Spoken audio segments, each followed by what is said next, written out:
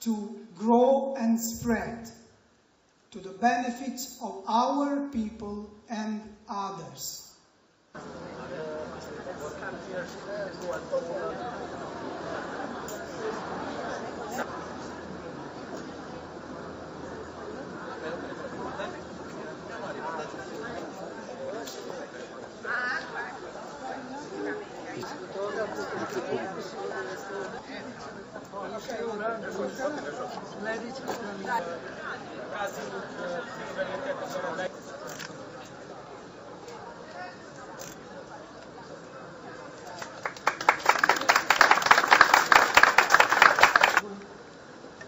Okay, so this is for you in recognition of your third place. You'll find the certificate of recognition for your work, and I hope next time you'll go first. Catarina, thank you so much. Hvala puno.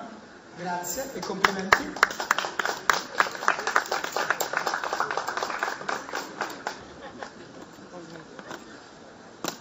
Company here in Serbia, and he has created the new logo of the Ambasade.